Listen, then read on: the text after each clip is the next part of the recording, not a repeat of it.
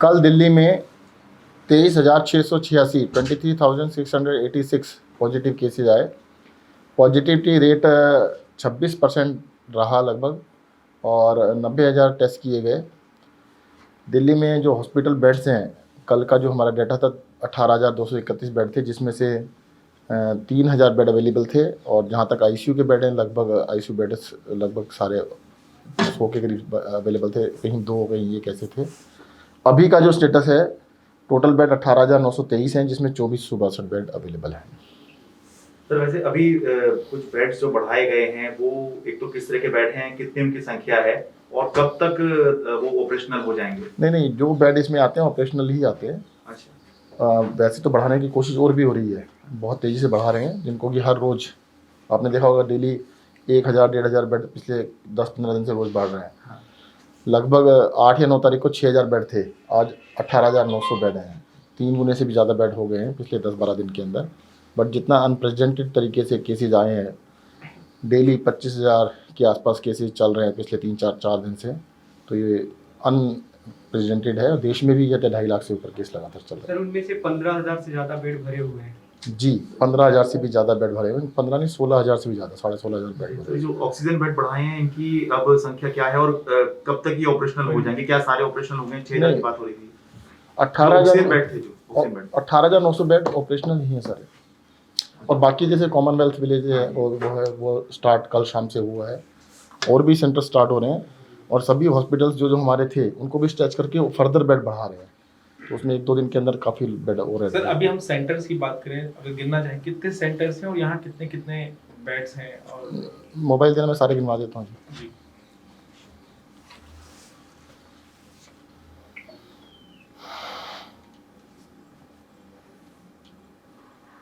दिल्ली के अंदर as on today 18,923 bed हैं, जिसमें से 16,461 बेड ऑक्यूपाइड हैं और 2,462 बेड अवेलेबल हैं। आपको इसके अंदर दिल्ली कोरोना ऐप में जा सकते हैं, देख सकते हैं। उसी में देख के मैं आपको बता रहा हूँ, लाइव है ये लगभग। LNJP में 1,500 बेड है, GTB में 900 हैं, एम्स झज्जर में 573 हैं, राजीव गांधी में 500 हैं, बुराड़ी में 320 हैं।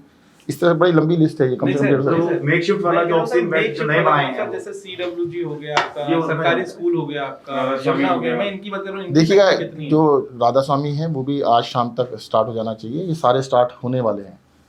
कॉमनवेल्थ गेम स्टार्ट कर दिया गया है, उसमें टोटल 600 बेड तैयार किए जा रहे हैं। सर वैक्सीनेशन जो आप लोग चाह रहे थे, अब वो हो गया है। 18 साल तक के लोग जितने भी उससे अबव है, सबको वैक्सीनेशन लग सकता है। ऐसे में सर क्या तैयारी दिल्ली की है? किस तरीके से सेंटर्स खुलेंगे? किस तरीके से हर किसी को वैक्सीनेशन लगेगी? क्योंकि महामारी का दौर है, सब लोग दौड़ेंगे, सबसे पहले वैक्सीनेशन। और क्या सर आपने भी कंपनियों को अप्रोच करना शुरू किया? क्योंकि गवर्नमेंट ने ये बात बोली है, सेंट्रल गवर्नमेंट, स्टेट गवर्नमेंट को खरीदनी पड़ेगी। देखिए, जब हमने रिक्वेस्ट की थी 45 साल के लिए, तब भी रिएक्शन थोड़ा आया था कि भाई ऐसा क्यों कर रहे हैं। हमने कहा रिक्वेस्ट है, सेंटर मान ले तो अच्छी बात है। 2-3 दिन 4 दिन बाद उन्होंने मान लिया था। फिर मुख्यमंत्री जी ने पत्र लिखा था 18 साल से ऊपर सबको अलाउ कर दिया जाए, तो उसका काफ़ी हार्श रिएक्शन आया था। और हमने कहा था भी हमने रिक्वेस्ट करी है, हम तो ठीक कह रहे हैं कि अगर आपको ठीक लगे तो मान लीजिएगा। और तब भी मैंने कहा था कि 2 दिन नहीं 4 दिन बाद मानेंगे। तो इसका हम स्वागत करते हैं। 1 मई से सेंट्रल गवर्नमेंट ने इसको अलाउ कर दिया है, और कल इन्होंने अलाउ किया। इस सारी तैयारी की जाएंगी।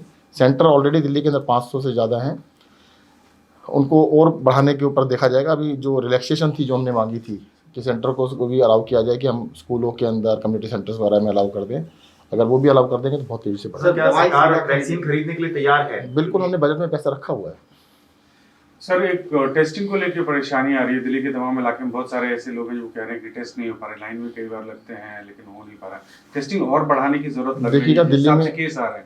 दिल्ली में 90,696 टेस्ट एक दिन में हुए हैं। हुआ क्या है कि जो इतने ज़्यादा केसेस आए तो थोड़ा डर लग रहा है। लोग, हर आदमी कहते हैं मैं टेस्ट करा लूँ।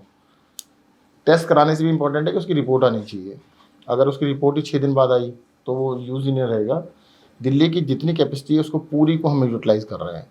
तो जिनको सिम्टम्स हैं पहले प्रायोरिटी उन्हीं को दी जा सकती है, क्योंकि 1 लाख टेस्ट हो रहे हैं। इससे ज़्यादा टेस्ट कराने का फ़ायदा नहीं। पीछे हुआ था 3-3, 4-4 दिन की वेटिंग हो गई। अब करंट 24 घंटे के अंदर रिपोर्ट आ रही है, वो बहुत ज़रूरी है। सर कल न्यूज़ नेशन ने खबर दिखाई, उसका रेमडेसिविर का एक पूरा रैकेट पकड़ा गया और बहुत सारे ब्लैक मार्केटिंग होती हुई दिख रही है। उन्होंने कबूला है। 1.5 लाख रुपए में वो 6 इंजेक्शन बेच रहे हैं। इस तरीके की पूरी खबर है। नहीं, देखिएगा रेमडेसिविर के बारे में पूरे देश में कमी है और केंद्र सरकार से भी हमने भी कहा था कि भाई जो एक्सपोर्ट ओरिएंटेड यूनिट्स हैं उनको सबको अलाउ किया जाए दिल्ली के अंदर, देश के अंदर बेचने के लिए। मुझे तो 12 या 14 शायद कंपनियां हैं जो बनाती हैं, सबको अलाउ कर दे केंद्र सरकार तो इसकी किल्लत ही खत्म हो जाएगी।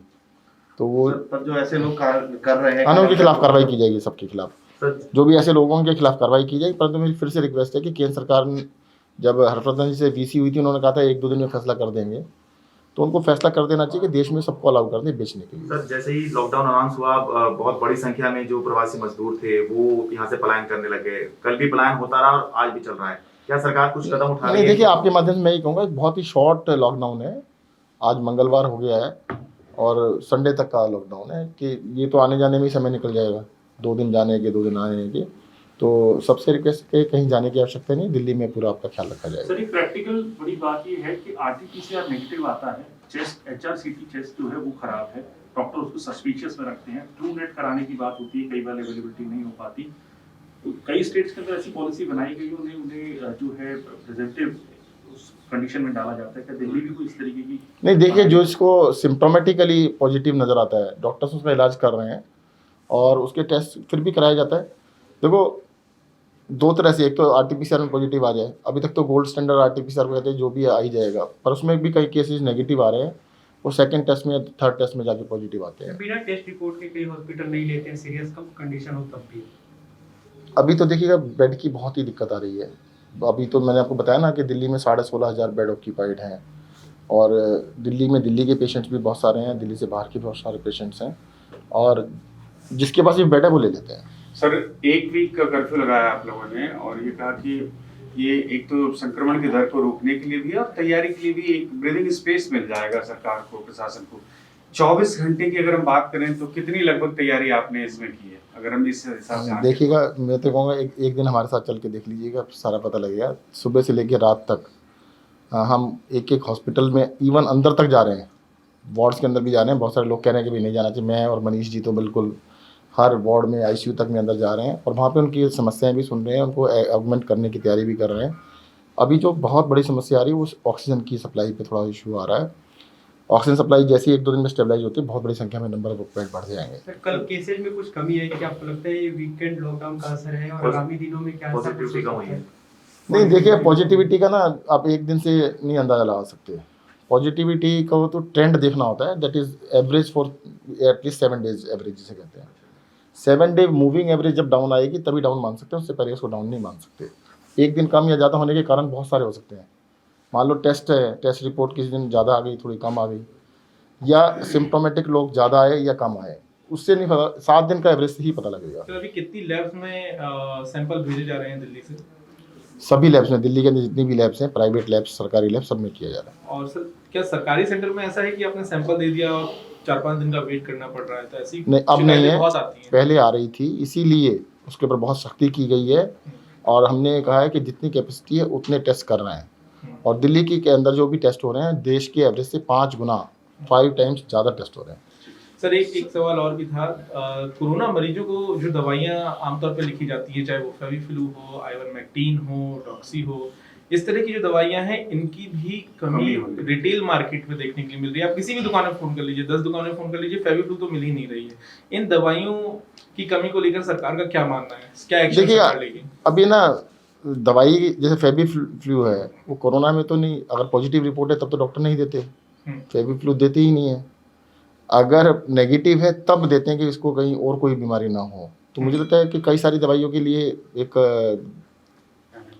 पैनिक बाइंग भी स्टार्ट हो गई है। लोग कह रहे हैं कि भी ले लो, जबकि ज़रूरत नहीं है। मुझे लगता है बिना डॉक्टर की प्रिस्क्रिप्शन के बिल्कुल दवाई ना लें, नुकसान हो सकता है। ऐसा लगता है कि बहुत सारे लोग खुद ही दवाई ले रहे हैं कि चलो कोई बात नहीं, पॉजिटिव नहीं आए तो दवाई खानी चालू कर दो।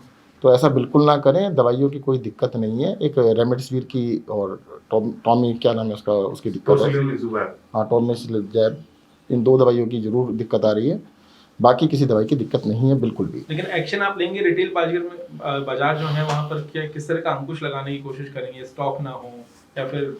नहीं, उसको तो बिल्कुल सप्लाई चेन को और रिलैक्स किया जाएगा ताकि किसी को दिक्कत ही ना हो। उसको रोकने की जरूरत है। इतनी क्वांटिटी देश के अंदर बहुत बड़ी क्वांटिटी है, बाकी जितनी भी दवाइयाँ उनकी कोई हिंदुस्तान में प्रोडक्शन की कोई कमी नहीं है। सर आखिरी सवाल आपसे, अगर सोशल मीडिया पे हम देखते हैं लोग मदद मांग रहे हैं, तो सरकार की जो तंत्र है, सरकार की व्यवस्था है, वहाँ से हटके और लोगों पे, चाहे वो कुछ विपक्षी पार्टी के कुछ लोग हों, चाहे सत्ताधारी दल के दिलीप पांडे हों, उनको टैग करके मदद मांगते हैं।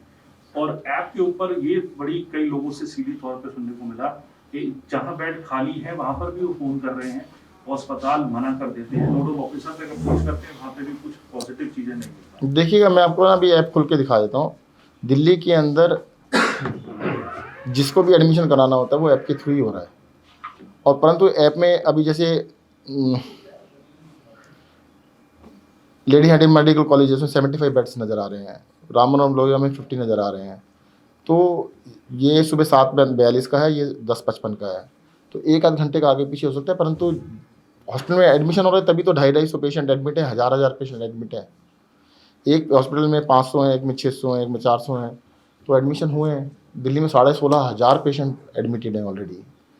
और पिछले 2 दिन से दिक्कत थोड़ी है, तब फिर भी देखो हम सब मिल के बेड्स को हर तरह से बढ़ाने की कोशिश कर रहे हैं। अब समस्या ऑक्सीजन की आ रही है थोड़ी। असेसमेंट ऐसे कब तक ये चीजें बर्डन हट पाएगा दिल्ली से? कुछ आप लोग क्या एक्सपर्ट क्या कह रहे एक्सपर्ट से आप लोग बात हैं? कब तक ये देखिएगा, सारे एक्सपर्ट्स मतलब देखिएगा उंगली फिंगर क्रॉस्ड हैं, तो सभी का मानना ये था कि पीक तो आ जाना चाहिए था, तो ये पीक इस बार लंबा चल रहा है। तो पीक तो मतलब एवरीवन इज एक्सपेक्टिंग कि peak should be over very fast. Sir मौत के आंकड़े भी बहुत बढ़ रहे हैं, एक दिन में 240 लोग मर गए, जी, क्या कारण है और उसे रोकने बहुत के लिए नंबर है ना, नंबर बहुत बड़ा है। अब 25,000 पॉजिटिव हैं, तो 25,000 पॉजिटिव हैं तो डेथ उसी वजह से बढ़ रही है। Thank you sir.